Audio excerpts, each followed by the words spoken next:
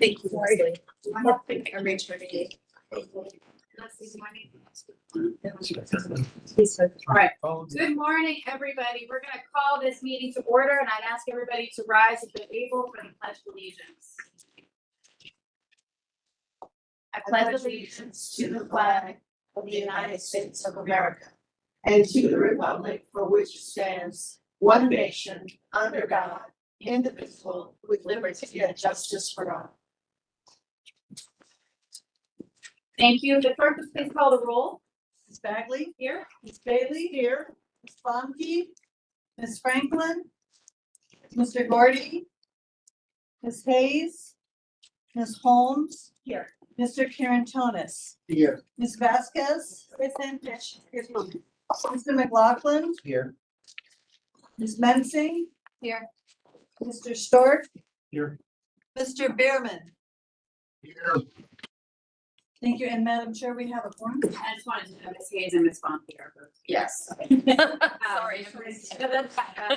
So, okay, so Supervisor Gordy, alternate member Fairfax County Supervisor Bierman, and Supervisor Franklin have all requested to participate in the meeting remotely due to scheduling conflicts. There being a quorum physically present in the room, do I have a motion and a second to allow those members to participate, Gordy, Bierman, and Franklin electronically? So Second.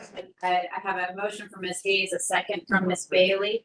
All those in favor? Any opposed?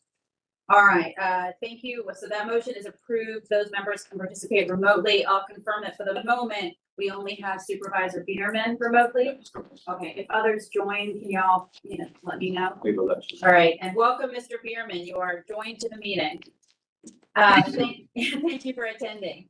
I'm gonna hand it over to CEO Dallas Richard for our safety briefing. Safety moment. Good morning. Good morning, everyone. I've made some assignments in the room. Please raise your hands for 911 callers and CPR should we need it. AEDs in the building. If we have to muster outside, follow the lighted exit signs to the outside the building toward the parking lot. Look to your left. Don't be responsible for the person to your left getting to the parking lot with you. Please be safe. Thank you. All right, thank you for that. Humorously, I just want to share, we were at the groundbreaking and we did a safety moment. And I had two of my colleagues afterwards were like, do they always do that? And I was like, this is railroad people. They always do that. Okay, so next is the approval of the agenda. As we've all had an opportunity to review it, I call for a motion. So moved. Second. Thank you. Motion by Ms. Bonke, second by Ms. Bailey, to approve the agenda. All those in favor? Aye. Any opposed? All right, the agenda is approved. We'll move on to item 5, the minutes from October 17th, 2025. Does anyone have any corrections or amendments to the meeting minutes? Right, seeing none, I take a motion. So moved. Thank you. Motion by Ms. Bailey, second by Mr. Karantonis. All those in favor?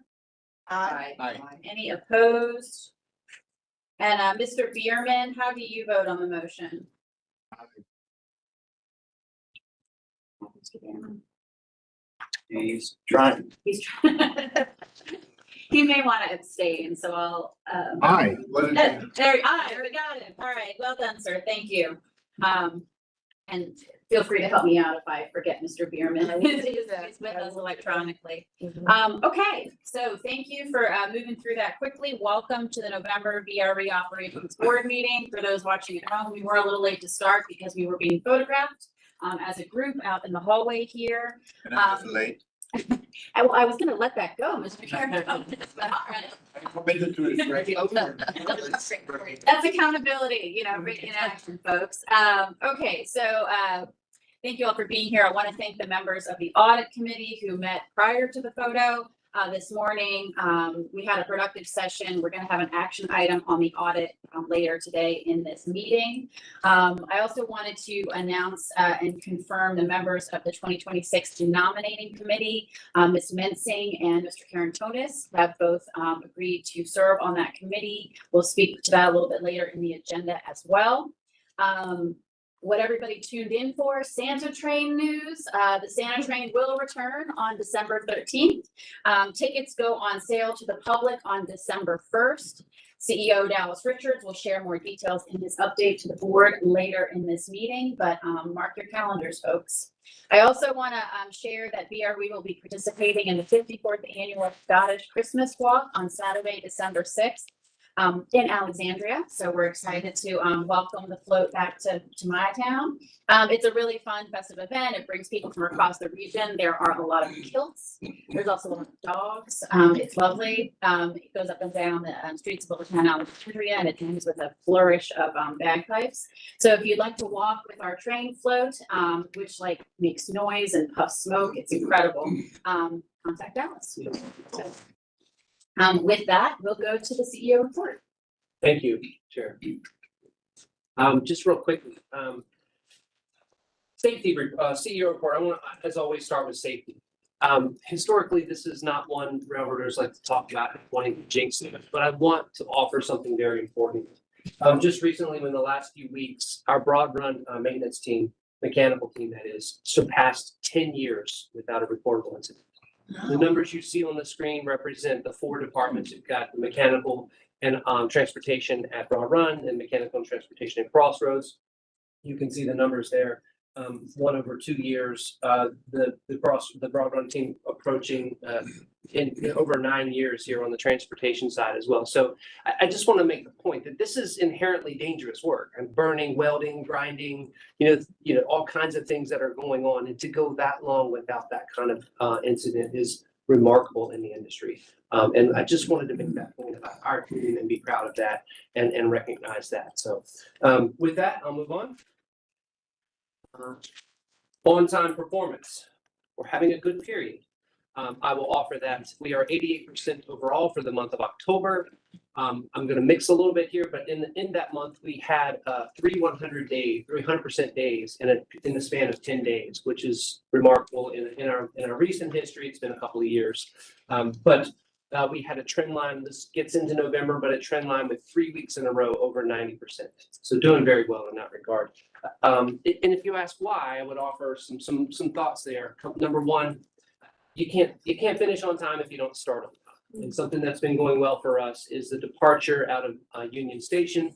Many may know, but we have an incentive program with our partners at Amtrak, where if we exceed, I think the number is 94% on-time departure, then they are warranted a bonus, incentive bonus for that month. We hadn't paid that in over 2 years. We paid our first one for the month. So it's very exciting. Just getting, and part of that is getting track 22 online. This is how infrastructure affects performance, right? On-time performance or reliability there. So getting the dispatchers used to the new K Tower, the folks in K Tower, for instance, getting used to that new track 22 departing from that station. So all of this is a good story to tell, and ways that we are doing better and doing things well. So I'll offer that. Because of that, I'll move to the next slide and offer two things of importance, right? You look for the trend, right? This number, this number here, the average delay is 12-minute number. And the fact that only 2 of our delays were over 30 minutes. That is important. That's something to track. So basically, if you get on one of our trains, it's a 90% chance that you're going to get there on time. And if you don't, there's a very good chance it'll be 12 minutes or less than delay. So that's important to us, and it's an important measure where we're doing well. I do want to point out, though, next slide, sort of, again, one-time performance and what causes those. It's all congestion. You know, well, it's not all congestion. It is largely congestion, right? And how, if you look at the 421 of those in the red are related to Amtrak movements coming in slot, even early. If an Amtrak train, which has, you know, a pretty scheduled slot, if you will, even if it comes in early, they do. It happens. Train 98 came in, you know, 20 minutes early, and so because of that, the slots were conflicting, and then we get these are direct or indirect cascading delays on our system, right? So think of that.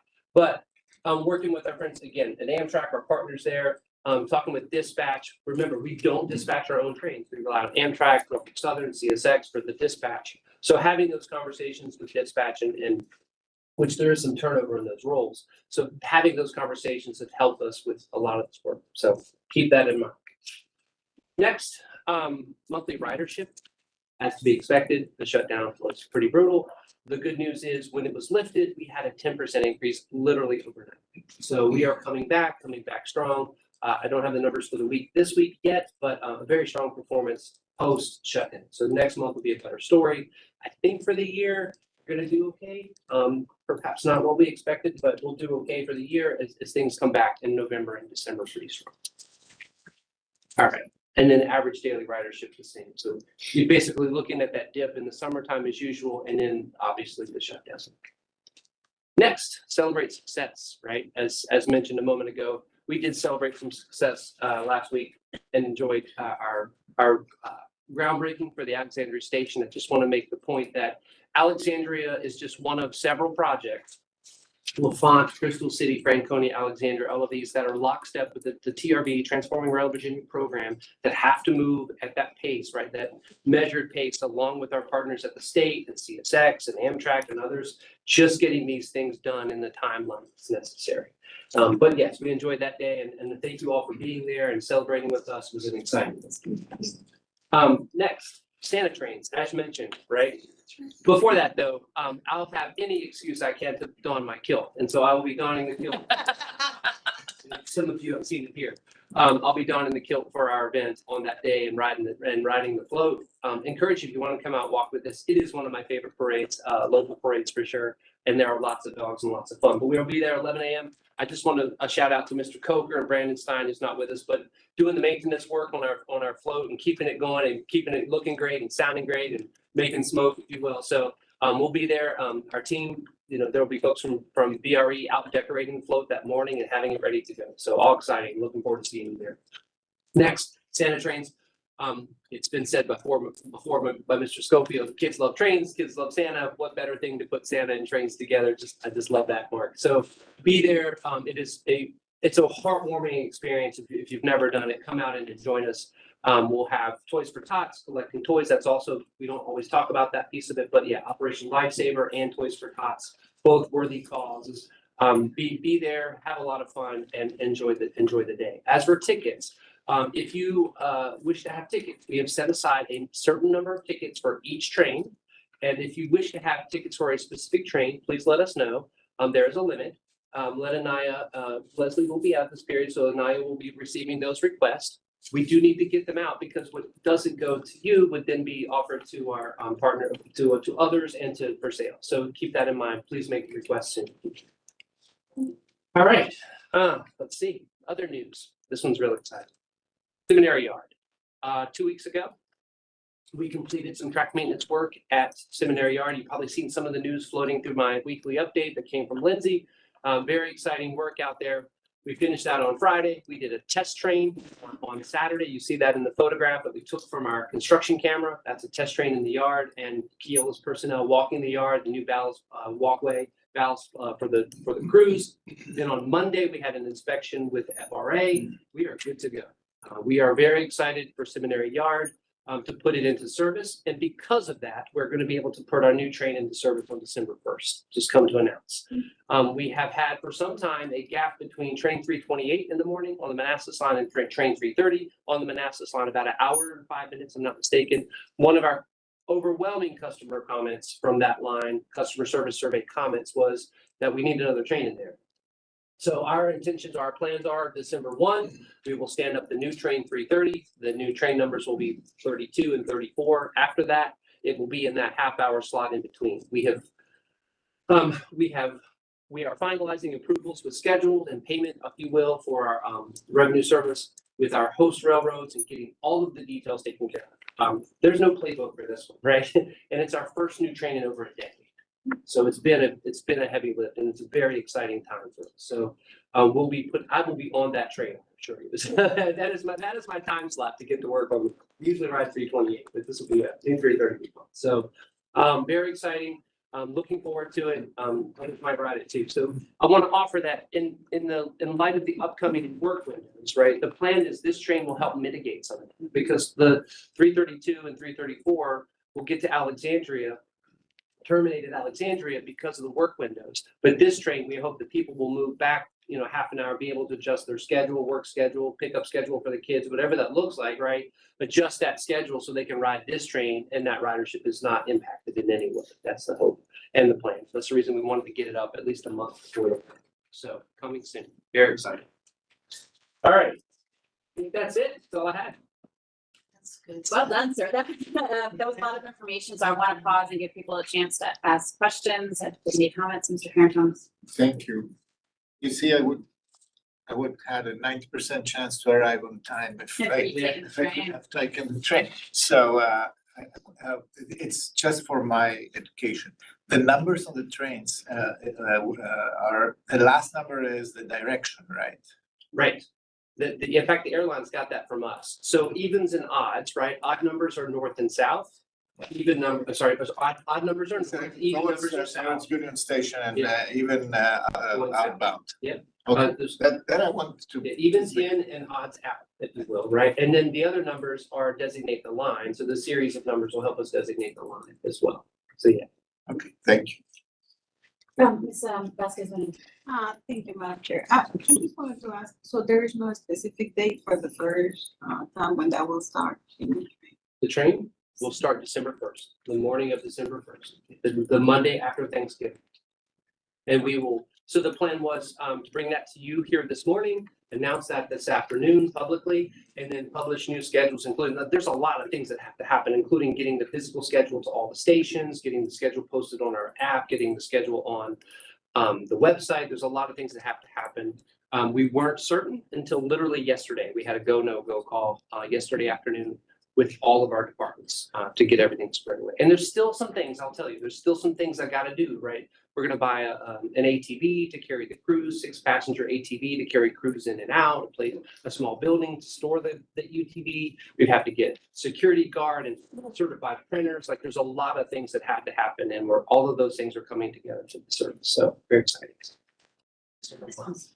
This is a really important question. Will VRE be at the Fredericksburg Christmas Parade on December 6th?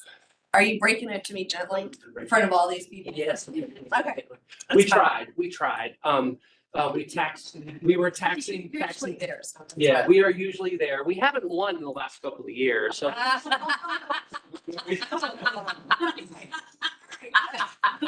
Understood.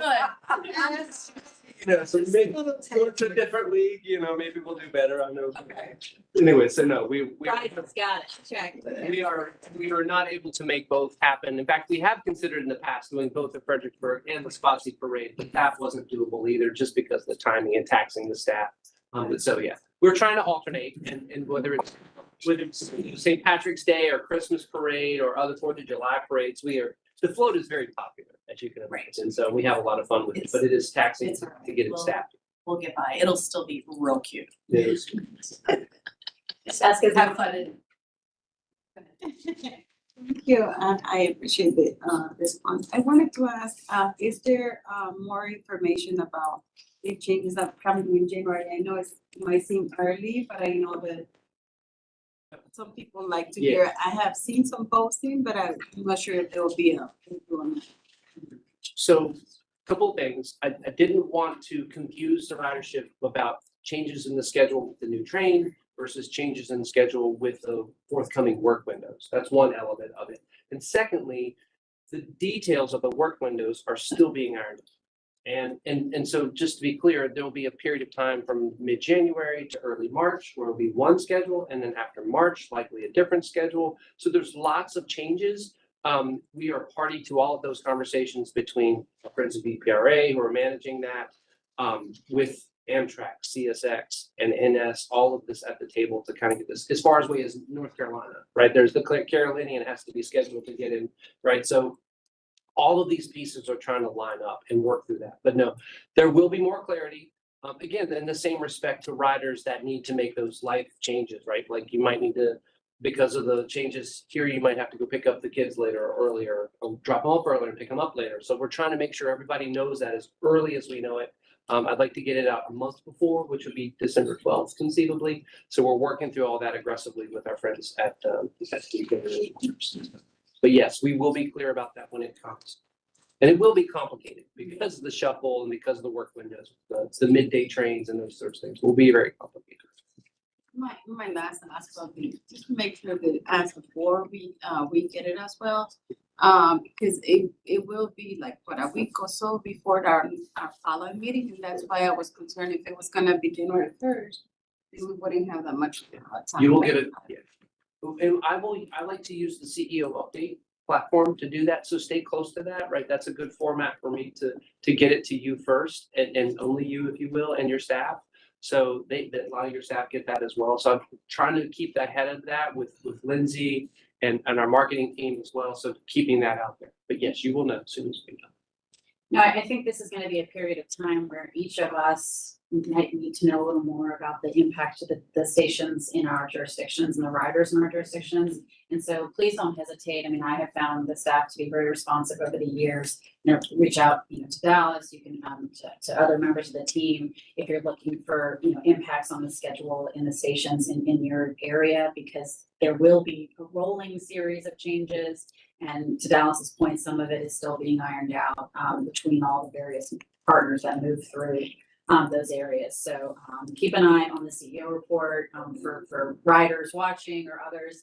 Sign up for train talks. Keep an eye on the website, and we'll do our best in a moving target situation to keep people updated For sure. through the changes. But I did just before we move on. I mean, I just want to reiterate how exciting it is. It's sort of in the crush of going through all those exciting updates. I mean, to add new service, for the first time in 10 years is no small feat. And to do it in the middle of this massive capital era in preparing for what is about to be a big change in January to the schedule, I think it's a real accomplishment that the team should be very proud of. And thank you to all the staff in the room for making it happen, because it's not just a new train, it's a train that's going to help facilitate changes happening due to Long Bridge and other things and give people another option. So I'm looking forward to it. I'm hoping we have a great update about it at our final meeting of the year and we'll hear it all went well. But please reach out and ask questions, as you need for your constituents. I'm sorry. In that spirit, if I may, just one person who's not in the room that deserves a lot of credit is Chris Henry. He's been doing a lot of yeoman's work and dealing with schedule and all the things, having all the calls and making sure all that's connected. So I want to shout out. So thank you, Bill. Thank you. I just want to make sure I know Mr. Bierman is there remotely. Any questions or comments, sir? No, this looks good. Thank you. Sure. Okay. And have we had anyone else just before I get into the action? Madam Chair? Oh, yes. Just a comment real quick, if I can. Chris has done a great job. I want to second Dallas on that. He's been working with my team. Also want to state that I tried the Amtrak Step Up program. It worked really well. For those who aren't familiar, it's on the app, just $4 extra. It's seamless. The Amtrak conductor was pleasantly surprised to see it work so easily. So just recommend that for people. And it's 7 days a week now. Remember, that's a big change from past years. It's come back before 2019. It wasn't 7 days a week. So you can use it on the weekend as well for that area between where VRE rides. I use it out of Fredericksburg.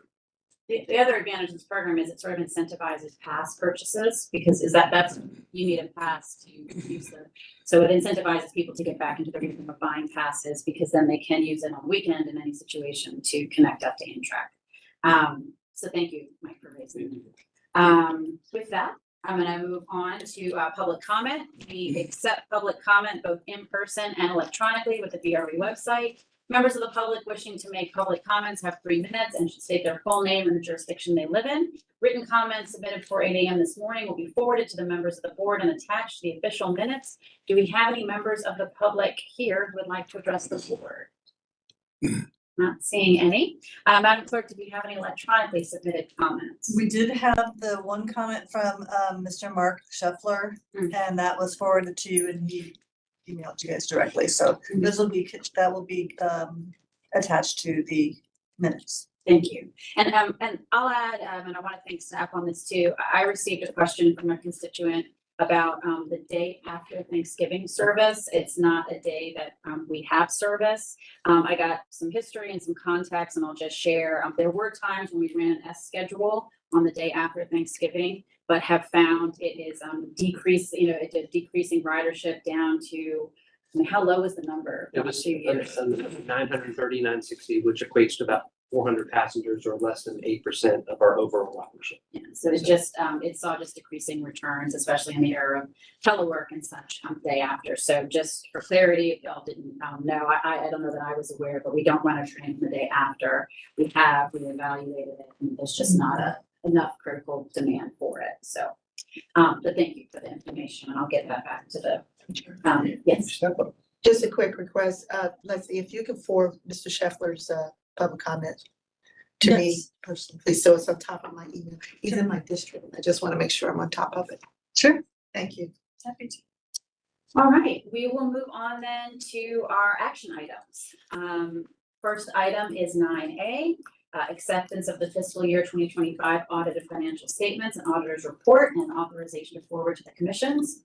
Alice, if you could introduce the item. All right, Madam Chair, Operations Board is asked to accept fiscal year 2025 annual comprehensive financial report. Here we have some information to report to this, if you would, sir. Thank you, Mr. Richards. Madam Chair, good morning, everyone. Dwight Buracker. I serve as the audit partner on the engagement for VRE, as well as PRTC and NBTC. So first, I just want to thank the staff at VRE for being fully prepared for us again this year when we came in the door. Makes our job a little easier. So great job by Mark and the team at VRE. Included in the financials are only several pages that belong to PD mayors. Those are our opinions. There's an opinion on the financial statements themselves, and then also on internal controls of VRE. Both opinions are unmodified, the highest opinion that we can issue as auditors. So another clean opinion, another clean year audit. As Madam Chair mentioned, we were able to dive into the financials in a little more detail previously before the meeting started. But I will take any questions if anyone had any questions on the financials themselves.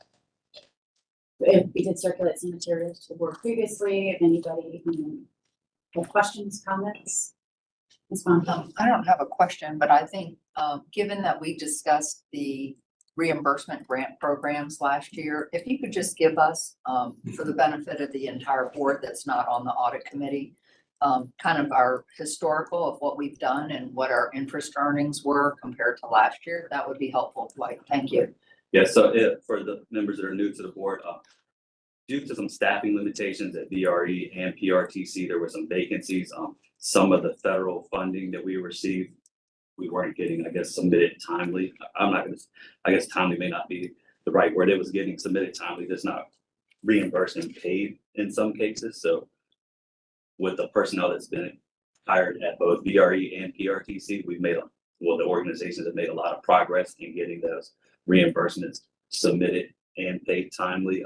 Last year, approximately 98 million was owed to the VRE at the end of the fiscal year. This year, that number was down to 60 million. And that's just a snapshot in time as of a date. So that changes as the days go past.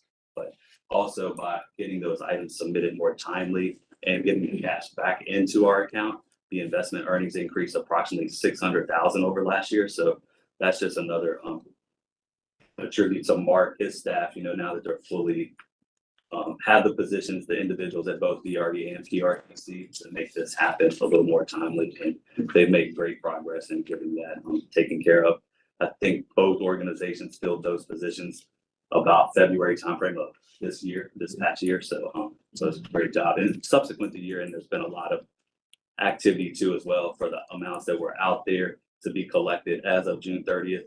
Approximately 28 million or so has been received since then. So, that just shows great progress by the Yeah, and I just wanted to say thank you to Mark and Alex and the rest of your staff, because as Dwight explained to us at the audit committee, it's like a big puzzle and there are moving parts everywhere and windows are opening and windows are closing. And so really thank you guys for and the women, I say guys, I mean men and women, for everything that you're doing in that department. And thank you, Dwight.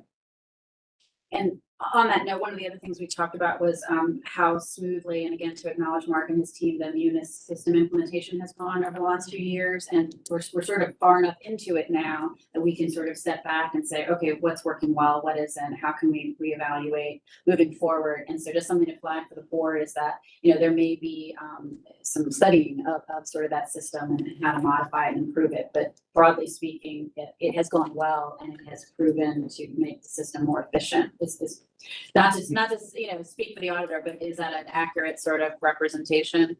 Yeah, I think now that we're 3 years into it, a lot of the bugs have been ironed out. Any ERP system is a massive overhaul, and probably caused Alex a few gray hairs during the process and Mark, but I think they were able to get through it, and now, you know, they've gotten to a point where I would say running pretty smoothly and things. So, but yeah, so after 3 years, great job. And those first couple of years, implementation is always in any organization. You only want to do it once in your career, probably. So. You don't just get better at it and do it again and again. All right, well, if there aren't any other comments or questions on this item, I take a motion to accept the audited financial statements and report. So move, Madam Chair. Second. All right, so the motion from Ms. Bailey, a second from Ms. Hayes. Mr. Bierman, how do you vote on the motion? Aye. All right, all those in the room in favor? Aye. Any opposed? All right, the motion passes. Thank you, sir, for your work on that. Holiday season. Thank you. Me too. Thank you. All right, item 9B. Dallas, if you could introduce the item. Madam Chair, if I may, the Operations Board is asked to recommend to the commissions, authorize the acting CEO to submit on behalf of the commissions a VRE application for design of broad run lead in the I-66 commuter choice FY 27-28 funding program. This is an important project to the VRE. This lead track will is sort of key to opening additional service on the Manassas line. We are asking, there's a limitation of the maximum amount of funding for design purposes. We chose not to go after the construction element of it yet to basically improve our design, refine our estimate, and then pursue subsequent funding for construction. There is a limitation to the funding. Basically, we're looking to get the maximum limit of that available for design and then supplement that with other funding. So the numbers that are here offered we can provide more information about the request if necessary it's in the item, but if you wanted to know more, we can offer that for your consideration. Any questions or comment on the item? I'm certainly pleased to see us in the commuter choice application pool. I know that there's some money available, so let's go after it and be successful, and hopefully we can have an nod to our partner in the room here, that will go smoothly. Yes. Okay, well, not seeing any questions or comments on this item, I'll take a motion to approve. Before approval, Madam Chair. Second. All right, we got a motion by Ms. Bailey, second by Ms. Holmes. Mr. Bierman, how do you vote on the item? Aye. And all those in the room in favor? Aye. Any opposed? All right, item 9B. You're putting a lot of pressure on me, Sarah. We can go first. Thank you. It's so I don't forget, if I'm being honest, I call you first, but thanks for being ready, sir. The item carries with Mr. Bierman's support. Moving on to item 9C, the recommend commissions approve the 2026 legislative agenda. Could you please Sure. introduce the item? Madam Chair, if you would, we'll move to approve the 2026 legislative agenda. We had a presentation last month. Mr. Schwartz is here to offer more information, if you will, Jeff. Sure. Good morning, Madam Chair, members of the board. Let me start with another issue that came up just about a week ago, I think. You may have read about it, so I want to make sure you know that we've been on top of this, and that's the Trump administration sent a proposal to OMB having to do with the next surface transportation reauthorization. Their proposal was to completely zero out the Mass Transit Trust Fund. That's the funding pool where everybody in the country, all transit agencies, get the formula funding that we use. It's formula funding for state of good repair, it gets used for a wide variety of there's different programs within that Mass Transit Trust Fund, but they wanted to completely zero it out. We were very concerned about that, obviously. We were gearing up to send a letter, as every transit agency in the country was. We heard from Chairman Graves, chairman of the T&I committee. That's where this all transportation reauthorization will start.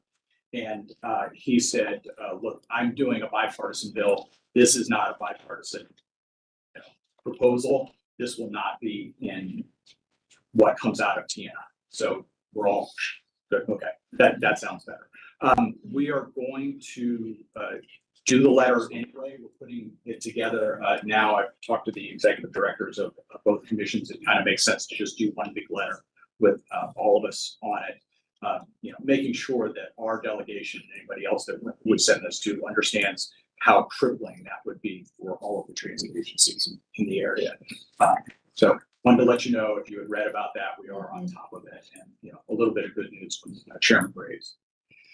So with that, jumping into the legislative agenda, I guess I will first look to the chair of the legislative committee and see if he has any comments. Wants to No, start this? no additional comments to that, and thank you so much for the work. As we see, things are moving faster than Never you would, yeah, you would suspect, right? So. So we had a pretty thorough discussion at the last Operation Board meeting. There's no changes to this draft from what you saw at the last meeting. So I will ask, does anybody have anything else they want to discuss, or if you're prepared to just move forward, I will stop talking. Yes, I just have a brief comment. Just Joe, thank you for always, your leadership is impeccable, and we appreciate you coordinating with us and keeping us above the fray, if you will, as we go into the legislative season. So just thank you for keeping us focused on what we need to be focused, and the brief comment that you just gave earlier. It is so thank you. is it worth touching on any, the movement of SJ28 and DMV moves in the past, sort of since, I know there's a change Yeah, subsequent. there's nothing specific other than we will, you know, we will track what comes out of SJ28. You know, it's moving forward now. It's to the point where they are drawing up legislation. I guess it's Senator Evan and others are looking to actually draw up legislation that would, you know, come up with funding. That this is funding for WMATA, funding for VRE, funding for OmniRide and the local transit agencies in the GTC area. It's likely that there will be other, you know, across the Commonwealth, that others will say, hey, wait, you know, we need to do funding for transit everywhere. So we'll see what comes out of that. But, you know, we're at the point now where SJ28 is sort of over, and now it's time for the delegates and senators to write the legislation. And so as soon as we hear what that legislation looks like, I will certainly share that with you.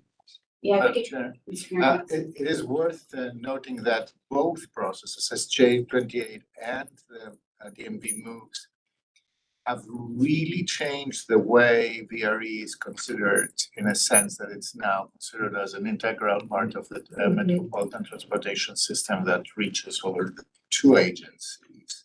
And there is a clear vector that says we have to see them in as a whole. That I sense with everybody, and it translates also in the financial, appreciation of the service of VRE, and the needs to give VRE really the famous runway that we have been talking about. That is too short, it continues to be too short.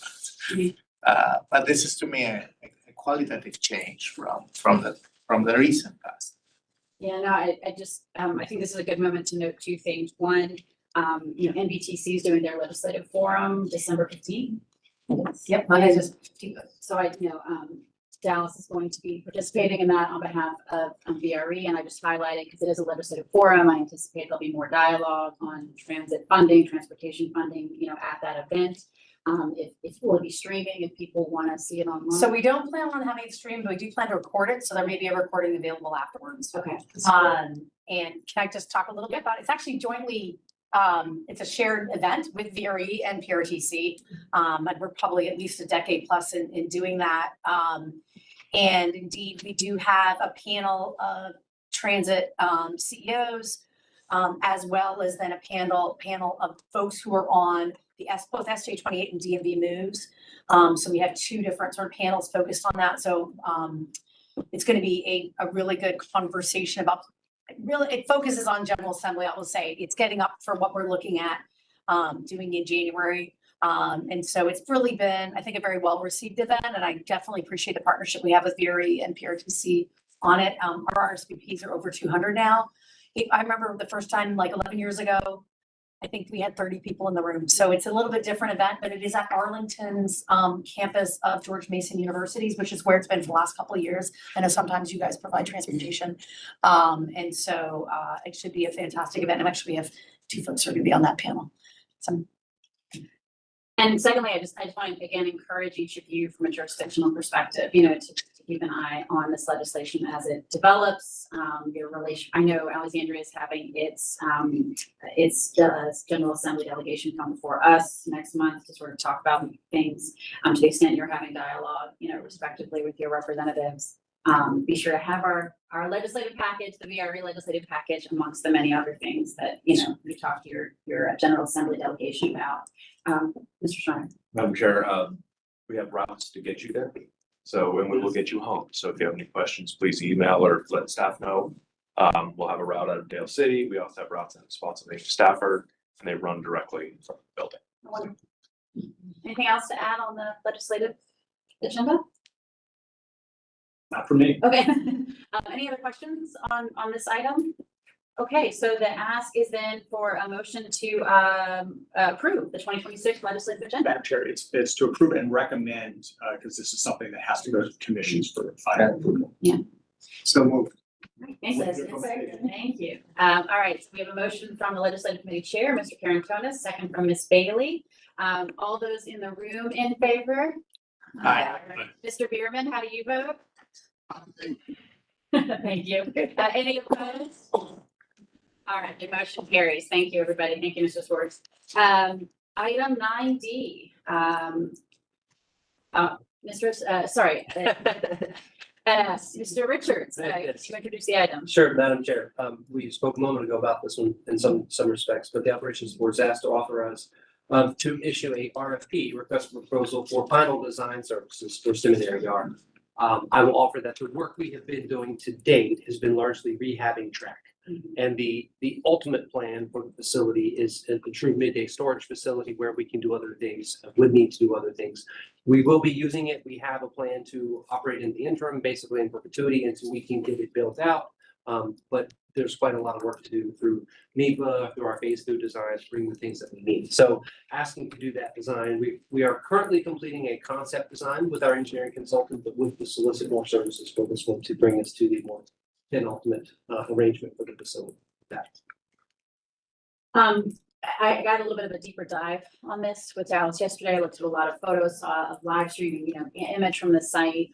It's exciting what they've already gotten done in terms of currently being able to ship storage, but what they will eventually be able to do, the long-term vision and how it facilitates our increased service. We have to increase the number of trains we're storing.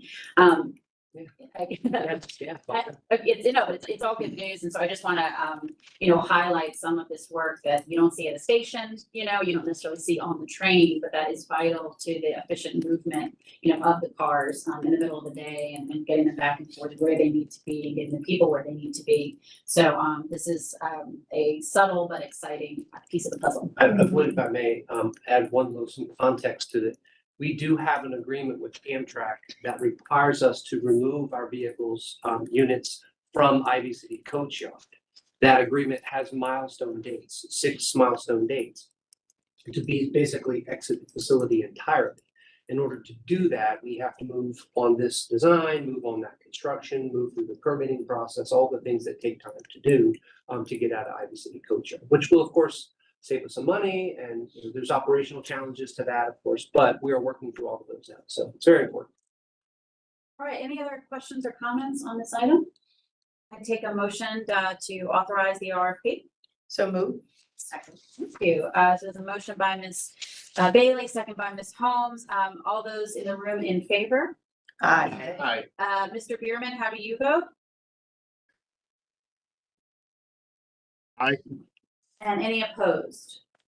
All right, the motion carries. Item 9E, Dallas, if you could introduce the item. Sure, this is Madam Chair, the request to authorize issue a GEC task order for the final engineering design services, environmental engineering design services for Leland Road Station improvements.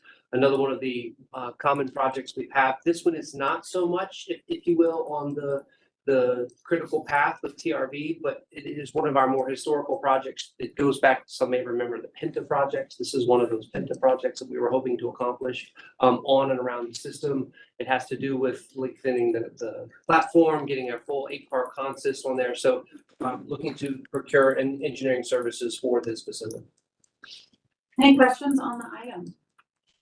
Ms. Bonte? Since this is in my district, I did want to just state for the record, because, Mike and I had this conversation beforehand, that this does also include a much needed sidewalk, which will be along Leland Road where a lot of people walk and there's a little dirt path, so very excited about that. It'll be from the parking lot down to from. So just wanted to let the public and the board know about that. That is indeed one of the more recent ads. Yes, thank you for including that in the project. Makes perfect. And then I didn't see a time period in there. I saw this as it relates to construction. Can you tell me? So if approved, we would then begin, basically the design process will likely be a year, typically in that timeframe, depending on flagging and permitting and a lot of things that we have to do to get to that point, year, 18 months for that, and then the Okay. solicitation process. Okay, By going through a task order process, we're able to shorten the procurement views, if you will, to get to the design more quickly, and then get to the construction. Okay. So it'll be, I would offer, depending on timelines, 18 months out before you see an IFB solicitation on the streets. okay. Thank you, Mr. Richards. Any other comments or questions? And I'm glad you drew out the sidewalk, because it's one of those small things that can make all the difference whether somebody chooses to use the station or not, and how they get there. A motion perhaps, Ms. Bonte? Yes, motion to approve. There's a motion and a second, by Ms. Bonke with a second by Ms. Bailey. All those in favor in the room? Mr. Bierman, how do you vote? Aye. And any opposed? All right, 9E carries. On to 9F, final design services for VRE Crystal City. Alex. Madam Chair, thank you again. This is to amend the contract for Crystal City Station Design with our consultant for this. Those services were procured through the typical process. With an optional task to complete the final design. We wish to execute that final optional task. We make the mention of phase 1 and phase 2 for a long time. They've been, separated in time based on the Alexandria Fourth Track project, and based on some, progress that we've made on both. We're looking to combine those two phases into one solicitation, so that we can do all of the work at once. Historically, there have been some time constraints based at the hub, if you will, with the bridge to the airport, negotiations with JBG Smith, and work with Amtrak that was really dictating some of the timeline on the project. We're now through many of those hurdles and closely coordinating with those parties, which you'll see on the next item, of course, and trying to pull all that together. And now this final design effort to get Crystal City over the hump, if you will, final design, permitting, all the work that has to happen to put it on the street, and then coordinate closely with the 4-track construction coming right behind. So with that. Thank you, sir. Mr. Short. Help me understand, because there was an original contract that was led for them to do this work. They're coming back, we're going to provide them with additional, what is the delta? What's the what besides maybe the reordering the process, there's additional costs that they're going to incur in the engineering part of this, or help me understand why we need to pay them more versus what we originally paid? So what we do, it's common practice in that RFP process where you will solicit the work and only have them, because and of course it's professional services qualifications based, and then we negotiate the fee. And it's common to do, it's very difficult at best to estimate your final design services, or more importantly, your construction administration services, which are typically put in as optional services that can be tacked on as needed. And part of that is you may not get the service you need from that consultant. If you're not satisfied at the end of the concept and preliminary engineering, you may wish to choose a different consultant. So therefore, we make them an optional service.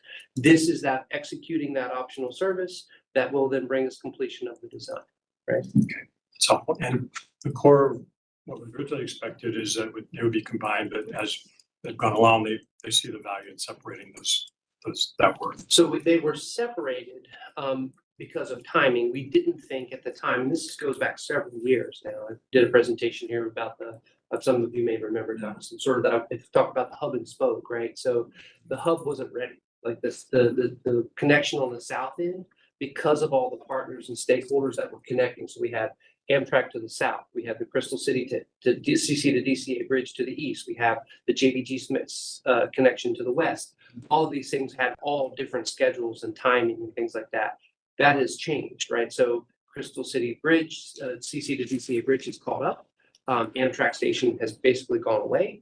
And then we've had negotiations with JBG Smith to complete that piece. So now we can take what was phase two. It's still designated as phase two, but it'll be we basically have two sets of plans that we'll put together, staple together, solicit for the construction. So that's where we're heading. But yeah, so they were apart intentionally, and then technically they were together, then we broke them apart, right? And then we put them back together because of the timing, right? It's all about timing. Thank you. So one of the disappointing parts of the whole thing is it's the Amtrak. The fact that Amtrak is not going to happen the way we originally envisioned. So do we know it more, and what does it mean for the service of the station? I would like to offer, Amtrak had proposed a high level platform, right? As part of the we have our low level platforms, they have their high level platforms. They had proposed a high level platform, which is unprecedented on the corridor, right? That was one piece. And they weren't going to be able to complete that without gauntlet track and without completion of the Long Bridge, both, that a long timeline, gauntlet track also highly undesired. So we had an undesirable situation, if you will. After talking with Amtrak, we basically have offered a concession to say, look, if you want to serve from our station like you do at Manassas, like you do at Alexandria, like you do at Berg Center, all the other places where you serve, you're welcome to serve from our station. We went so far as to offer that we would and make provisions for their ticket vending machines. We would make provisions for a second elevator. So they will come and serve. We have offered that Amtrak can serve from the station. And so folks coming to and from the city, coming south or going to the airport can come in on their step-up ticket to the airport now from Stafford and get off at Reagan National and go to the airport by Crystal City Station. So that was, I thought, a good concession for the Amtrak parties and good for us as well. So, I mean, I have hard time to believe that Amtrak doesn't see that they are connecting an airport with long haul trains. So that's extremely. I mean, this is what they always wanted, right? And it's relatively rare in the East Coast. I mean, it is with this station. If you think about what's the future casting of VRE, right? We'll have two airport connections, right? Crystal City to Reagan National, and then Broad Run to Manassas Airport as well. So we're looking at having two airports. It's pretty exciting. If I can, from the Amtrak perspective, since the state has the right to make the decisions with regard to Amtrak state-supported trains, which is the majority of the trains on the corridor, Amtrak and VPRA are still planning on stopping some future series of Amtrak trains at the Crystal City platform. Once Long Bridge, Alexandria Fort Track, Crystal City is all done. And some things that'll help mitigate it's difficult to put a high-level platform unless you have room for a pocket track. Yeah. So Dallas mentioned a gauntlet track, which is very complicated. Frankly, one that freight railroads, it's complicated. It can lead to some complications. I'm using that word a lot. So we do plan on some point having sit down with Amtrak after Long Bridge and everything else is done, because you want to wait till the smoke clears to determine which train would stop at Crystal City. But I've had discussions with Amtrak, and they have intentions of stopping some future trains there. It's still on our graphics for future stops, much like Potomac Shores is on the graphic for our future stops and VRE's future stops. So as someone who lives in Fredericksburg, and I look forward to one day taking Amtrak to national airport, so I can take one-seat rides all throughout the Commonwealth. I'm sure a lot of other people feel the same way, whether it be Amtrak or VRE. At some point, it doesn't really matter what's on the side of the train, as long as you can get there. So there's still a commitment from the Commonwealth, from VRE, from Amtrak to still stop VRE trains in the future. It's going to be 90+% of what was previously envisioned. High level platform is the perfect, but we're going to be as close as possible, especially when consider that new Amtrak trains are coming. It's going to be much easier to board, and they're becoming actually before the Long Bridge is even done. So things are going to line up nicely in 2030, 2031 for Amtrak stop at Crystal City. well, on the East Coast corridor, we're even thinking about substituting some of the air connections with rail connections. I mean, if Amtrak wants to grow, this is This is a significant impulse, and this is also towards Congress and others, a really powerful argument, right? Right. We're talking about, right now, number of people that Amtrak moves in the East Coast corridor compared to the local and regional trains, and the air traffic is abysmally low. So it needs to go up. Yeah, and it will. These new trains will get rid of about an extra 20-minute wait people have now at Union Station. Right. So it's gonna be, like I said, things will be coming together nicely for that 2031 timeframe. It's DCA, it's Newark, it's Baltimore. These are the airports that are connected right now. We eventually want. Baltimore's kind of a longer, it's gonna be it's a longer walk there than this from DC, be from DC. Newark and DCA would be, right? Yeah. So we need to grow this constellation. Thank you. Thank you. I just want to offer two items and sort of bring it back to the board item, especially. We need to move forward, right? And I agree. we can't tether our schedule and our spend to the Amtrak schedule, right? And again, the offer stands that they can stop there. And frankly, no one is precluding the high level platform in the future. They know that once the funding becomes available for them to do that and the gauntlet track, then that they are allowed to do that. But in the meantime, we need to get our station built because they're coming with the fourth track and we want to get service there. So, and the county's coming with the bridge and other things are coming that we just need to get it done. Okay. Thank you. Did I hear a motion, Mr. Karen Jones? I believe, yeah. And so there's a motion and a second, and before we go, I just know VRE trains do currently stop there. So if you want to take a train to the airport, you can do that currently as long as it's going in the direction. Yeah, that a little you bit need it further to. out, but you get to the airport pretty easily. Also, the Crystal City, the national landing bid is asking to rename the station, Yeah. which is something we have to discuss. Maybe it's a good idea because really the new name National Landing is actually way more common and more established now, and tells you something about landing. So. Yeah. Everybody has an email in the inbox from the bid, from the national landing bid that was sent to all of us on this topic. So for future, I think consideration. But it I don't know is. what the process is to go through to rename a station. So to be clear, that ask has been made before, and not only this location, and it is being considered. Giving that my concern, just from the VRE perspective, was I'll offer that we have a station map. We have a station map that's in brand, right? It's an expensive gesture and time consuming to go change the map. And so if we're going to change it for one, we want to go ahead, we want to add Potomac Shores, right, Ms. Bailey? We want to add, folks have asked to change the name of the airport station, Broad Run. So if we're going to change it, basically make that sweeping change in a big way. I fully respect that, and not only that, I think it's useful to think about these things after SJ28 and DMV moves, because we have to think maybe how we brand everything, etc. I really I just want to know what the process would be, and we may want to think about that a little bit. Yeah, no, it's a good thing for staff to really talk about. With that, there's a motion and a second. All those in favor of item 9F in the room? Aye. Mr. Bierman, how do you vote? Aye. Any opposed? All right, item 9F is approved. Moving on to 9G, similar topic. Related, Madam Chair, if I may. VRE has had some ongoing negotiations with JBG Smith for a license agreement and a non-binding letter of intent for the proposed work and station there at Crystal City. We would ask to move this one for approval. There are some cost implications that we would need to do in order to do our work there at the stations.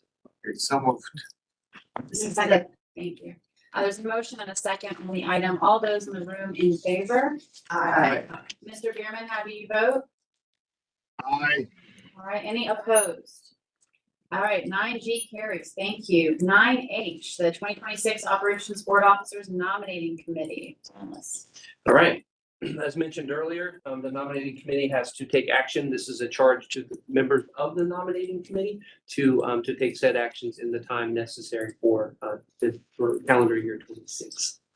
And just to put a little finer point on it. So we're asking our current committee members to meet and confer before our December meeting to craft a slate for the executive committee. This body will vote on that nominated slate at the December meeting, and that assuming that slate is approved, they would take their seats in January. So if you have a perspective or a desire to, or any comment on who's on that slate and how it looks, please connect with Alana or Takis if you could. And thank you both for agreeing to do that work. Thank you. We'll find the time to meet sooner because December comes fast. Tomorrow, it will come fast. So essentially that our action here is charging them with that task. As I've sort of described it, if there isn't any questions or comments about what they've been asked to do, if I could get a motion to approve that charge. So for approval. Second. There's a motion by Ms. Bailey, a second by Ms. Bonke. All those in the room in favor? Mr. Bierman, how do you vote? Aye. Thank you. Any opposed? All right, 9H carries. 9I, a short title, a big topic. Dallas. Madam Chair, thank you.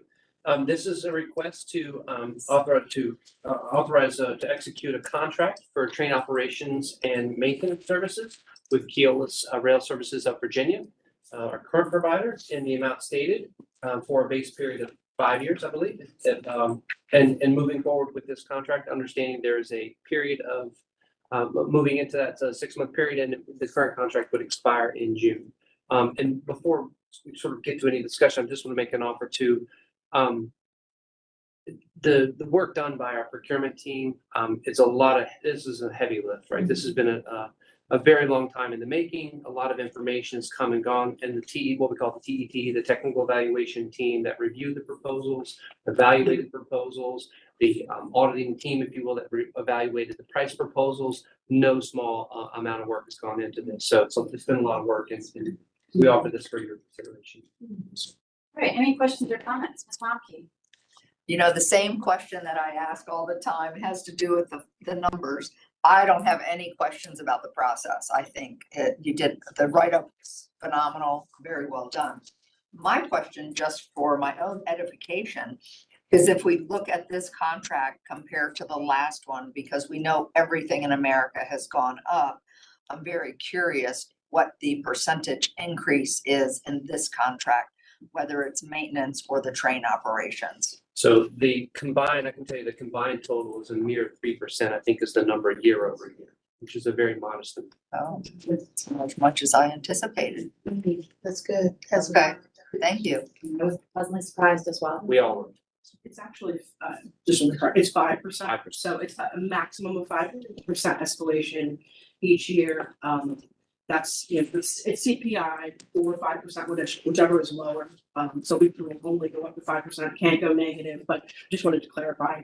The previous contracts actually didn't have a ceiling, so this is, for budgeting purposes, gives more certainty on the max that we would be subject to versus the older contracts, which shouldn't have that. So it's a bit of a change. But again, I think it brings more budget certainty for the finance and accounting team to know that we wouldn't exceed that number. And I just draw your attention, sort of clarifying, right, that draw your attention to the table in front of you, which shows the number for the current year, right, and then the projected number for the next year, which is essentially flat, correct, Kristen? If you look at the table on the screen and in front of you here, the two numbers, my numbers referring to over time, but yeah, she's right, there's a maximum increase year to year, but a small amount from this year to last and next year. Any other comments or questions? I think it's reflective. Oh, go ahead, Ms. Bailey. No, please. No, finish. No, I think it's reflective of a good process when we do get to the end. And there aren't a lot of questions at that point. So I just, not to cut off your questions. No, ditto, Madam Chair. That's what I was gonna say. This is no feat that is easy. 5% is not what I expected, Meg. I don't know about you. It's still nominal, but we briefly touched on this morning. So I really appreciate the hard work and the consistency in the climate that is a little unusual, but we appreciate the hard work. That's all I wanted to say. I just want you alluded to this, the record to show that there's very few questions. The board did talk about this in closed session a couple times previously. So I love that to be reflected in the minutes, because I don't want someone to go to the minutes to say they just approved a $179 million contract without many questions. We've talked about this at length, I think very recently, I remember. So just want that hopefully to be reflected. I also want to thank Dallas and the team and Chris and others. They actually included someone from our staff who's been very involved with operations in the Commonwealth for a long time with Amtrak and VRE and others. So thank you for getting that point of view. Appreciate that. Mr. Chair, do you want to say that? Mr. Short? First of all, there is we didn't get a bad surprise here. It could have easily been so, right? Even from the point of view of the numbers, first of all, we know that we have a pretty good service today. We just heard that 10 years without an incident accident. This is not only the safety culture, it's an overall culture, the industrial, how an industrial facility is run. And secondly, there is a continuum of an operational consistency around where we are today towards where it escalates tomorrow. And we know that actually, and I'm sure that the base of negotiation was that we don't only want to maintain the very good maintenance record that we have, the excellent maintenance record, but we want to even improve that. What we are seeing here is that this philosophy is really reflected in the numbers as they appear. I am not an engineer to know all the details of how this is accomplished, right? But from the result, which is the important thing for the riders of the users of VRE and the region, I see here a positive outcome. It gives us also a lot of budget predictability. God knows how important this is today. I wouldn't expect here to find reductions, but I am happy to see that they're not insurmountable increases. Mr. Short? I know this may be apples to oranges, but I'm going to ask it anyways.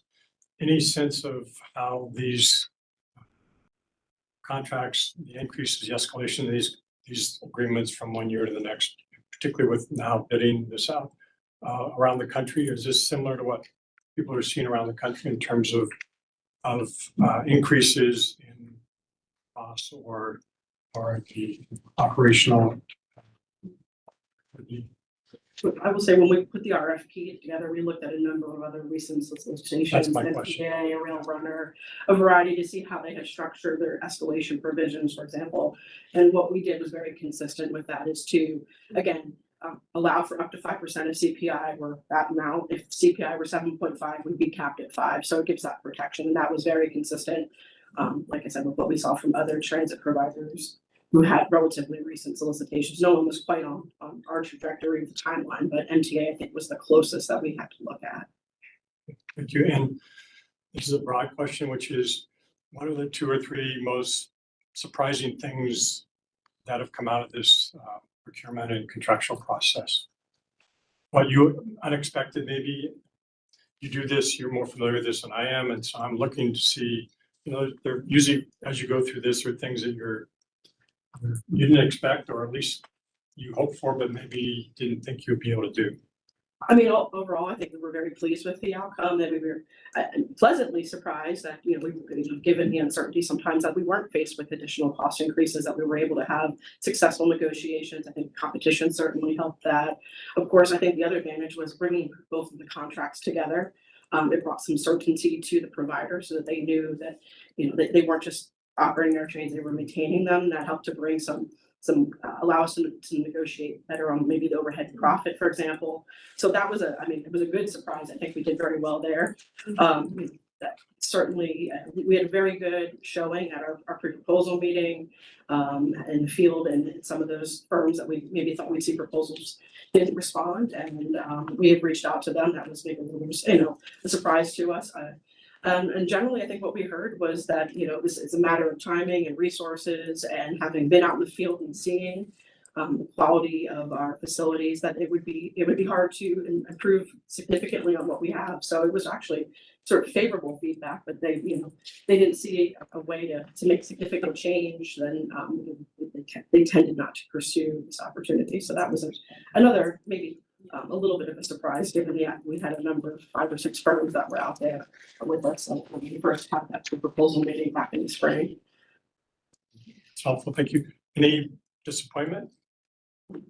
That you noted like, okay, I wish we could have seen this or not? No, again, I think we couldn't be, in terms of especially looking at the numbers perspective, I think we were very happy with where we ended up. Again, I'm not sure that competition would have changed that. The offers don't know the others' pricing. They don't know how many offers there were. So all in all, I think we were happy with where we landed, and we know we're an incumbent, so we kind of know their service history. But Thank you very much. Yeah, just something quickly. I just wanted to circle back to something Mr. McLaughlin just said about it's leading up now about being included in this process, because I think that from a state perspective, he is an integral partner.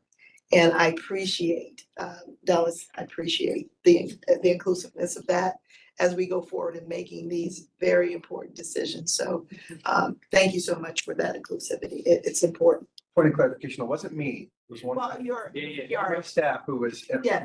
I think that's where he was a wonderful Yeah. source of knowledge and great person. So I appreciate that. And Rich had reached out and asked if we could include that gentleman in the conversations, because he's identified as a leader in his field, and especially his expertise working with others as well. Yeah, I think it's important. So thank you, Madam Chair. With that, I'm Thank you, Ms. Bailey, for the motion. Is there a second? Second. Thank you, Mr. Karen Tonis. And yeah, I'll just take a moment, where I started a moment ago, and I appreciate the next clarification. But when you reach the end and you feel like, that the questions that we've been asking, over a series of months now, and the briefings we've been getting have been addressed, I think that's a sign of a strong process. So truly, thank you. This is a once every 5 years, or more process that goes on. And so it's important to get it right. And I think this is exciting, and consistency of it as well. So thank you to everybody involved for your leadership in this area. We have a motion and a second. All those in favor in the room, please say aye. Aye. Mr. Bierman, how do you vote? Aye. Thank you, sir. Any opposed? All right, the motion carries. Our last action item for the day has to deal with Alexander. Alexander, if you could add Dallas. It's our exciting groundbreaking photo, but as always, there's things we have to have in place in order for this to happen. Madam Chair, if you will, this is to execute an agreement, a force account agreement with CSX for services during construction, including flagging services and other review services that we have to have in order to complete this work. I will speak from personal experience at VRE that they typically tend to be conservative in this estimate because it is a force account estimate. There have been instances where in the past where they've not even gotten close to the maximum upset. They are very deliberate about billing us for what we get and only what we get, and then very fair to us in that respect. So with that, I recommend we move forward with this one so that this project can keep moving. And something I had to recognize when Dallas says they're conservative, it actually means a higher number out of the gate. Yes. That, we will ultimately only pay what is actually spent and billed and required. So they're conservative, I think, a lower number, but I think in this context, it does mean they. Yes, I will offer, if I may, like, for instance, a specific example that we had. We did a crossover at Slater's Lane. The force account estimate was north of I'm talking round numbers, it was north of $6 million or so, and Kristen's in the room, and she can help remember, but the actual construction cost something a little over $2 million, and that's all we were billed for, and the work was completed, and it was done on time, budget in that regard. So we very much appreciate these sorts of things, and they do good work to do it and help us get there. So they've been very good partners to date. Yeah. Any questions on the item? Seeing none, I'll take a motion. So move. Second. And a motion by Ms. Bailey, second by Ms. Bonke. All those in favor in the room? Aye. Mr. Bierman, how do you vote? Aye. Thank you, sir. Any opposed? All right, the motion carries. That's item 9J.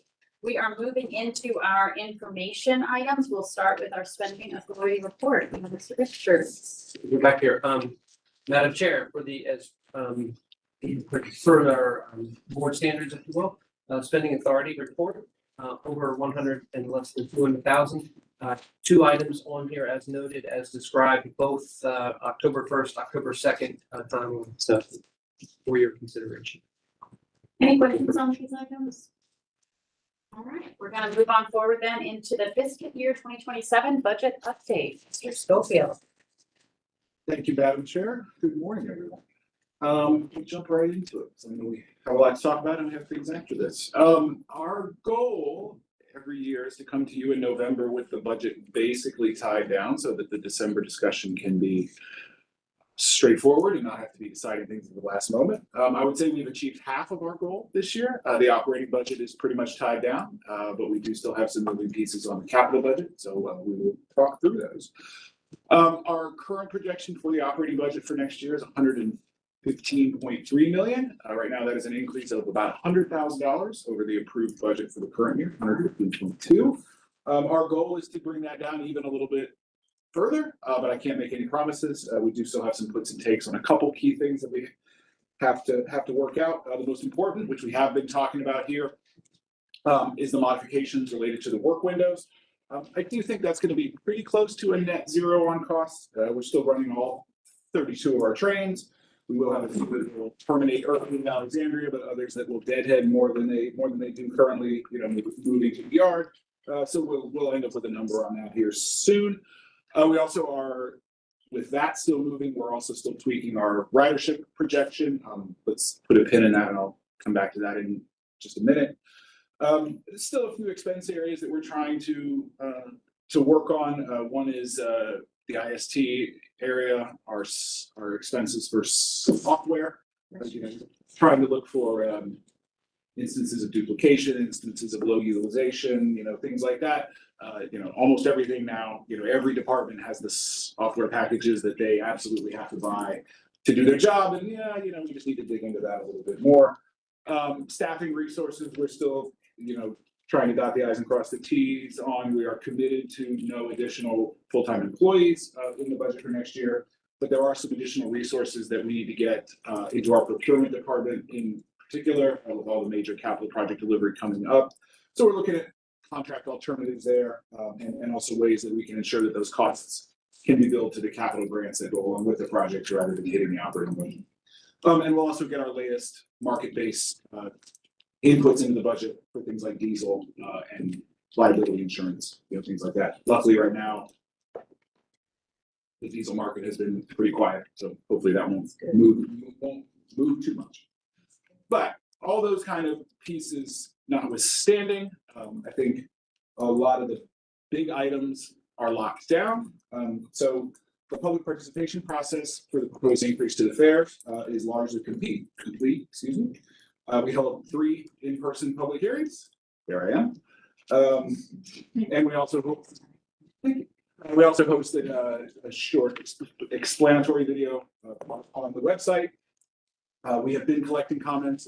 We've received a little less than 20 comments to date, but we're going to be keeping the public comment period open for about another month until just prior to the December meeting.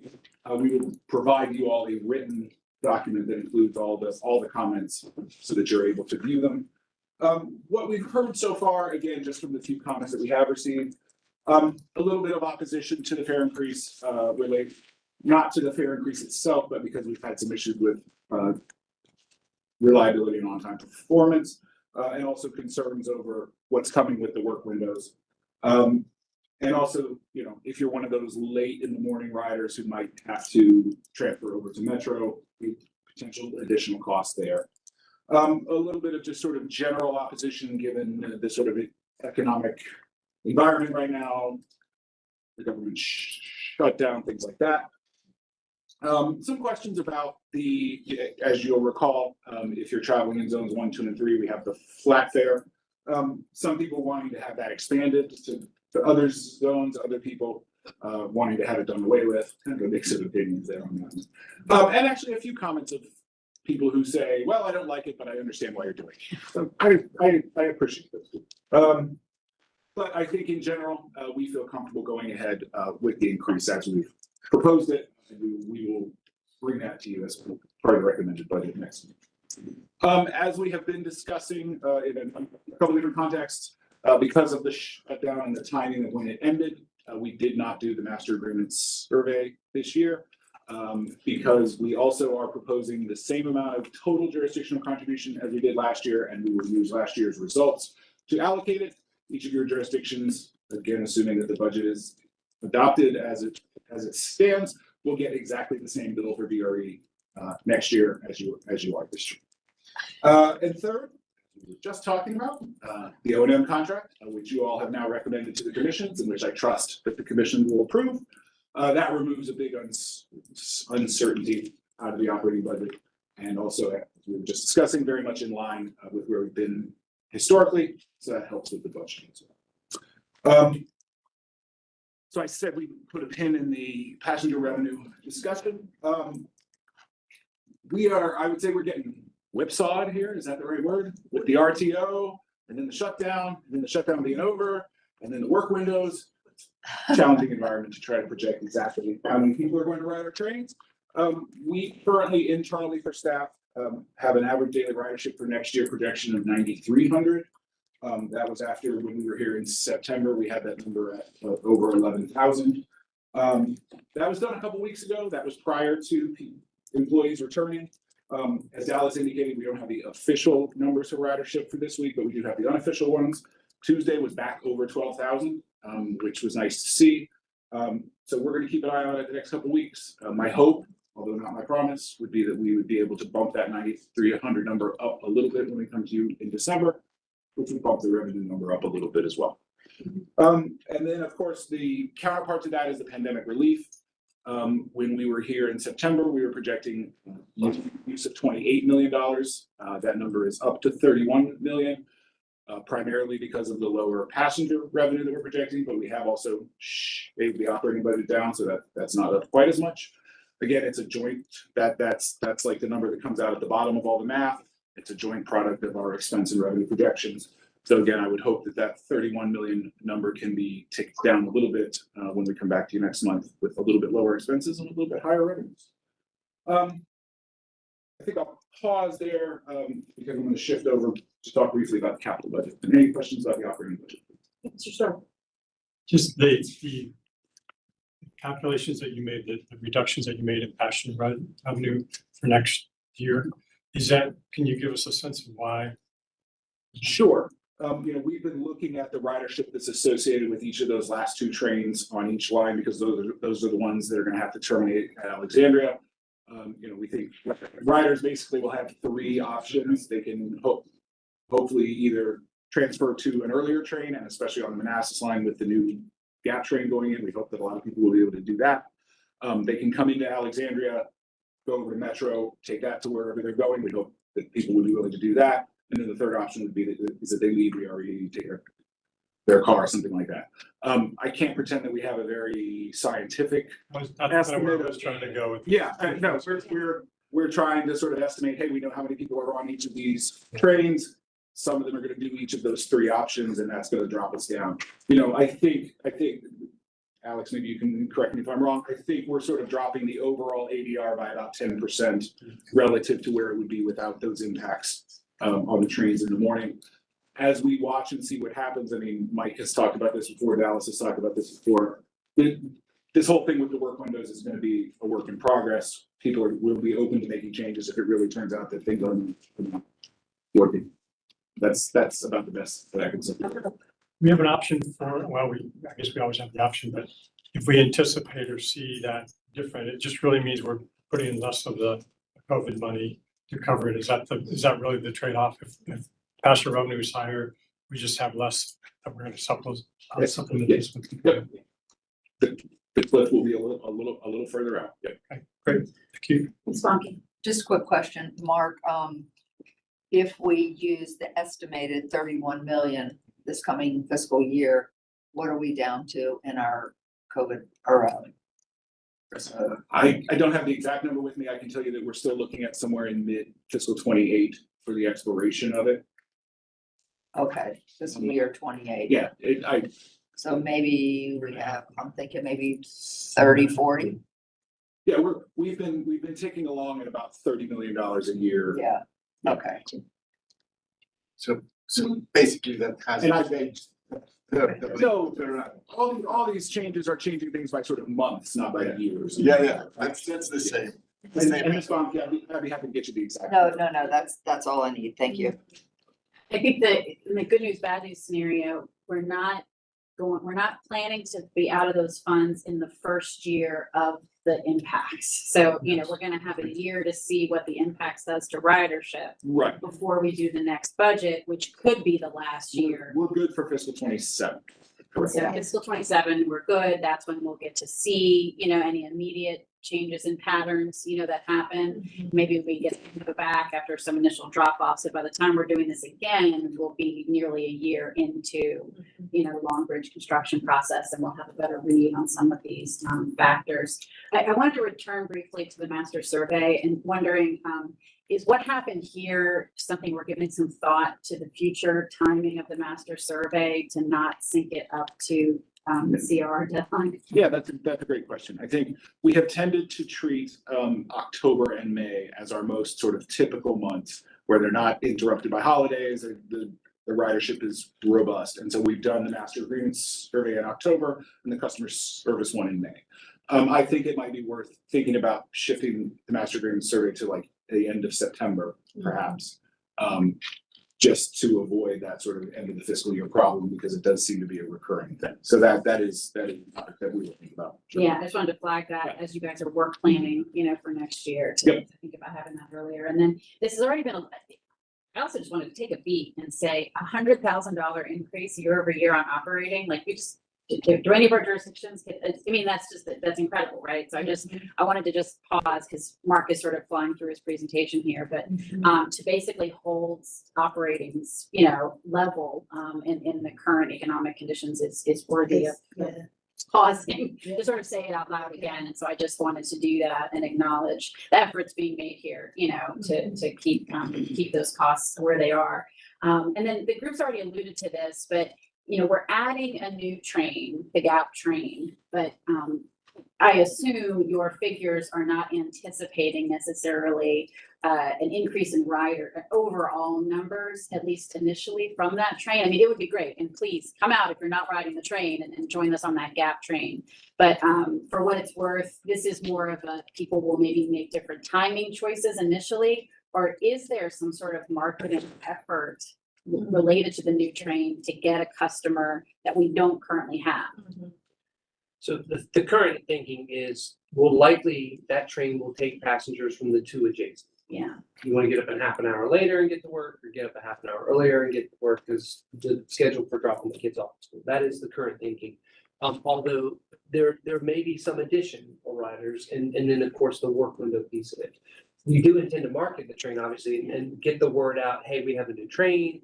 And the timelines, I tell you, it's just I live on that line. That is the time that I wish I had a train. I know there's a lot of people like that. So we're hoping that it will attract new riders just by getting the word out. So I would just encourage any of you jurisdictionally represented in the NASS line, talk this up on your socials and at your board meetings, because it would be great if this picked up some new riders and didn't just get riders. Mr.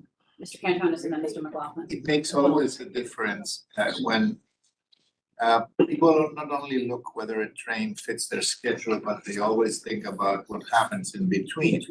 So if I tell you that you have another hour to wait until the next train, it's different than if I tell you that you have half an hour to wait until the next train. So this not only shifts an existing demand, it also creates some demand that would typically be hesitant to use the system because they cannot commit to this, and if they don't make this train, then it's an impossible choice. So that's always better. The frequency. Mike? I do want to point out that we at VPRA are always worried about the costs for maintenance, which are reflected in the access fees. that you pay CSX, and I know we'll have a different arrangement now in the Manassas line, but we're still continuing that 84%, correct, of the VPRA and rest remaining. So those numbers are interesting to see. I don't know if we have those numbers yet. I don't see it alluded to in the. We can make sure the draw goes out next month for sure. Okay, thank you. So it's just, for those who aren't aware, VPRA pays 84% of the access fees that commissions VRE pays to Amtrak, VRE, Amtrak, CSX, and Norfolk Southern. Norfolk Southern arrangement is different because of the Manassas line ownership, but we still, agreement is to retain that spirit of that 84-16 split. And there have been costs in the freight rail maintenance categories the past few years. There was a big labor deal, if people recall, a couple of years ago. So while it's great to see the keelless numbers are not raising much, that always concerns us about any cost and or the materials that go into it could be reflected by other events going on in the world, because there's a lot of. We're gonna get to that, really? Okay. Yeah, okay. You can do it. No. Let's let Mark, if that we're headed next, the capital. So I'm gonna give sort of a qualitative discussion of capital here, and then we'll dig in the committee meeting afterwards a little bit more into the numbers.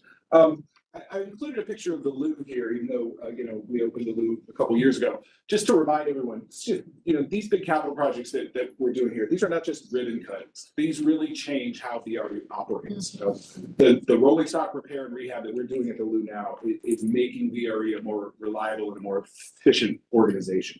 And all these other projects that we're going to talk about, they have the potential to do that for VRE too. So I'll talk briefly about one projects that are not in the capital program anymore because they're done, which is awesome. We'll talk about projects that are either in or about to be in construction, projects that are a little bit later that are in the design and engineering phases, some future projects, and then our ongoing programs, which are really our projects that never go away. Manassas Park, amazing.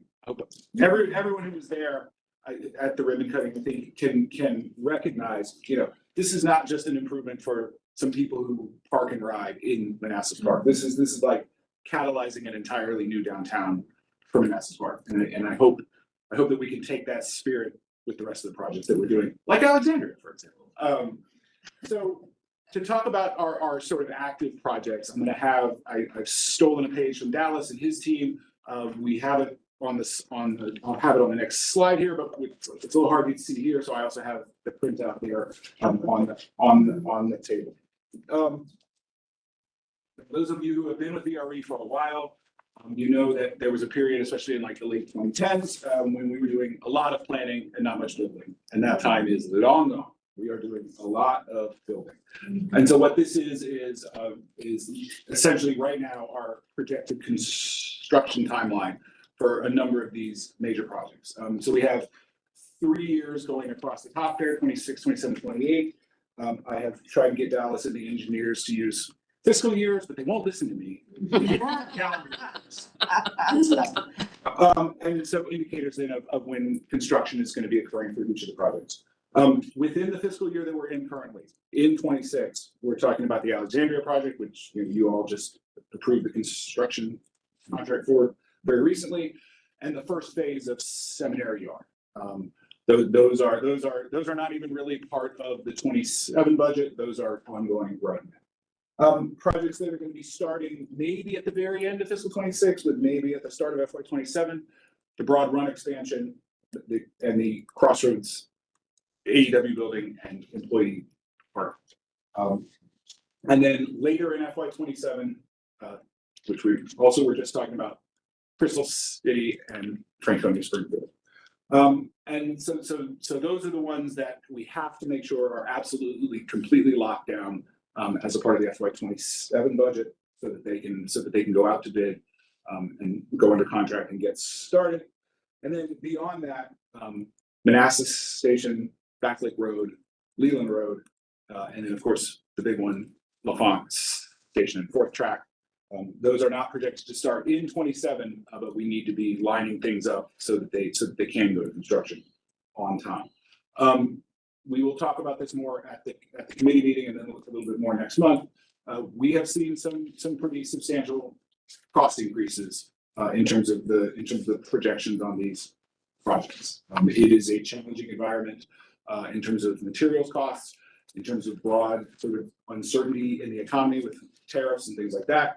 And also just constraints on what can be delivered. I actually got an interesting article from Joe just the other day, since he's our insurance guru, just about the challenges of getting construction insurance because of all the data centers that are going up. There's only a certain amount of capacity in the insurance market, and that has made other projects more expensive.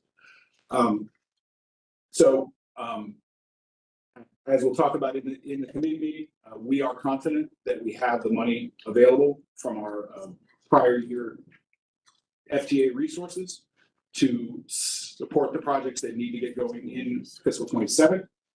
We do have some challenges and some decisions that have to be made on those projects that then are in 28, 29. So we'll talk about that a little bit. And then as far as future projects,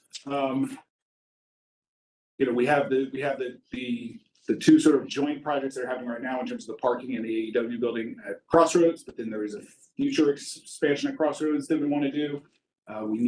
It's amazing to me, but our locomotives are kind of at the midpoint of their life. And we were having a discussion about that just the other day. We were told that the lead time for a locomotive right now is 8 years. And if we only have maybe 10 or 12 or 15 years left on the locomotives, like, oh my God, we have to start thinking about that relatively soon. I'm not trying to panic you. We don't have to think about it today, but it's the kind of thing that we have to start putting into the budget. And then we've also talked previously about our desire to have crossovers on both the Manassas line and the Fredericksburg line to improve the reliability and the fluidity there. We don't have a plan yet on those, but we're going to have those in the budget. And then, of course, the VRE lead track, which I think Dallas would tell me is not a future project. That's actually a now project. It is very important for us to be able to add service on the Manassas line once the Long Bridge is in place. We are pursuing a number of both short-term grant opportunities for that to get the design and engineering done. And then we are looking at opportunities for grants for the construction of that lead track as well. So we'll be coming back to you. I anticipate coming back to you guys with some updates on that in the near future. And then, as I said, we have our projects that really never go away. The asset management projects, keeping the facilities, the rolling stock in a good state of repair. We are lucky we do get a good amount of SGR money out of the FTA, but we have to balance those needs against all the sort of new projects that we have as well. We also are making an effort, started last year, but really ramping up this year, to include IT assets as part of our facilities, and those longer lived IT assets, get them also in the state of good repair program. So I think that's been a good recent change for us. So we will be coming back to you next month with a recommended budget. As I indicated, I don't think that the operating budget will change very much. If we need to advise you of anything ahead of the meeting, we can put together a memo that can come from me and Dallas. Just to let you know, if you don't get a memo, then assume that everything is close to where it is today. And as far as the capital program, we'll have a little bit of a discussion after this. And then if we need to have anything prior to December, again, we can do a memo if we need to. With that, thank you, Madam Chair. No, thank you for the presentation and all the work that went into it. And again, I try to call out because as legislators, we're constantly asking staff to make predictions and make estimations. And so when they get it right, I think it's valuable to note that, because it's what our votes are often based on, and our feedback. So thanks for the presentation. We do have a finance committee meeting, which will follow our closed session today, where I assume elements of this will be discussed at greater length. Any other questions or comments for the time being? Sam? Just briefly, thank you so much for including Potomac Shores on the. I don't have to pay for it, but it is very important to me. And I really do appreciate that, and understanding who's paying for it. I would like to see it more in terms of inclusivity. And just to let the board know where we are, just the status, because you do have your eyes on it. And I really appreciate that. Well, and that's certainly something we should keep an eye on. I know how catalyzing it was to open the Potomac Drive Metro Station for Alexandria. So, to have, It is kind of. yeah, and to have this open in Potomac Shores will absolutely be a game changer. Okay, there's no action for us to take on this item. So if there's no other questions or comments for Mr. Schofield, thank you so much, sir, for the presentation. All right, then I'm gonna look to my my vice chair here to make a motion. When she does that, and we have a motion in a second, I'm gonna ask staff to, as expeditiously as possible, exit the room. And then I'm gonna ask the board members to, as expeditiously as possible, get back in the room. And so that we can resume as quickly as possible. Shall I? Yes, please. Okay, Madam Chair, Voices down for 1 minute longer, please. Thanks. Madam Chair, I'd like to make a motion in pursuant to the Virginia Freedom of Information Act, section 2.2-3711A1 of the Code of Virginia. I move that the VRE Operations Board convene a closed session for the purpose of discussing a personnel matter involving an appointee of the commissions. Second from Ms. Vasquez Luna. If the clerk could call the roll. Ms. Bagley, Aye. Ms. Bailey, Aye. Mr. Bierman. Aye. Ms. Bomke, Aye. Ms. Hayes, Aye. Ms. Holmes. Aye. Mr. Tonis, Ms. Vasquez Luna. Yeah. Mr. McLaughlin, Aye, here. Ms. Mensing, Aye. and Mr. Stork. Aye. And Madam Chair, that's unanimous. Great, thank you. All right, we are in closed session. Madam Chair, I'll just need a minute to Sure. get things in the the speeds, so he's gonna be managing. Yep. All right, so while the IT is doing their thing, if y'all wanna, we try to take 5 minutes or less, we try to restart before 11. We can chat with you. But yeah, let's stay put if you can, and if you can't, please be back before 11.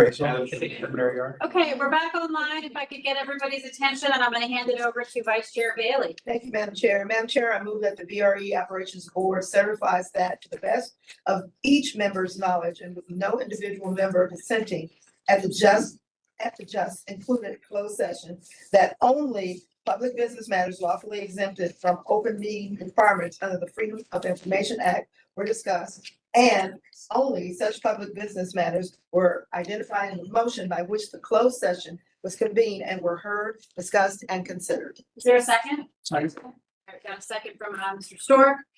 It's a roll call vote. It is. Ms. Bagley, Aye. Ms. Bailey. Aye. Ms. Bomke, Aye. Ms. Hayes. Aye. Ms. Holmes. Aye. Mr. Tonis. Yes. Ms. Vasquez, Mr. McLaughlin. Aye. Ms. Mensing, Aye. Mr. Stork, Aye. Mr. Bierman, You had to log off. and Yeah. then Madam Chair, that's unanimous. Thank you.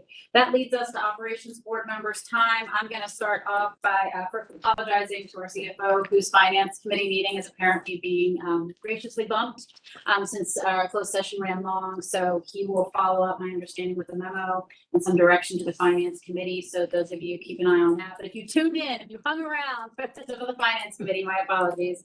In terms of other board meeting time, I'll just note, please come out to the Scottish Walk on December 6th and get your Santa train tickets on December 1st.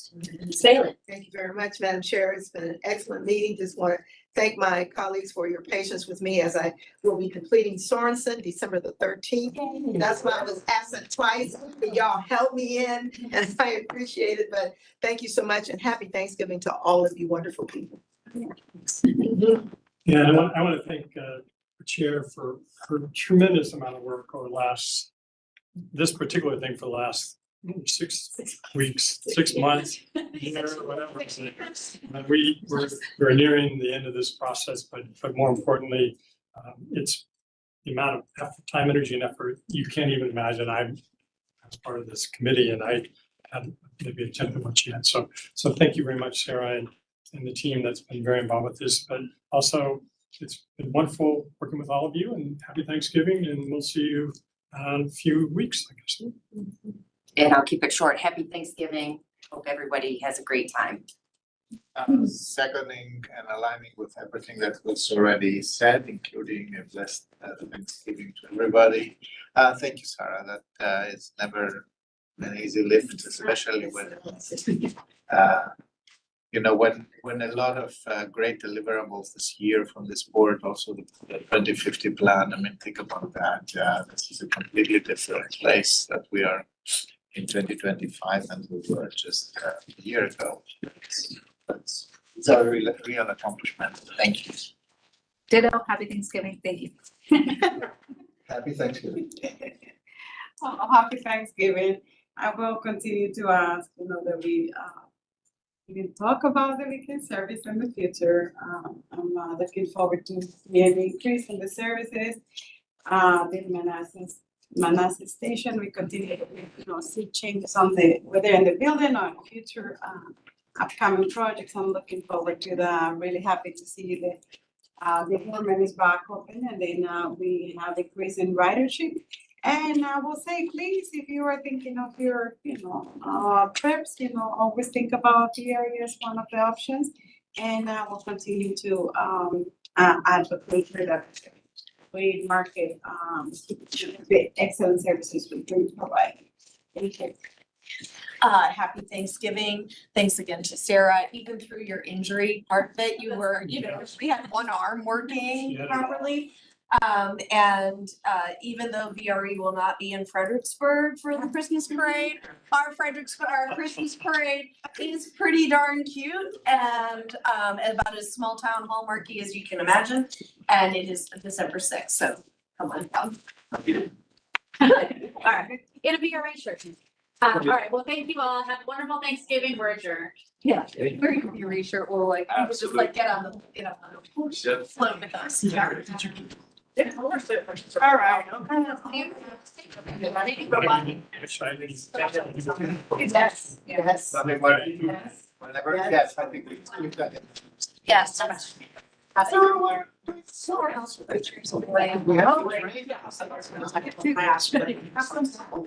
know, that would be really good. It would be good. Yeah, so that's, me, I Talk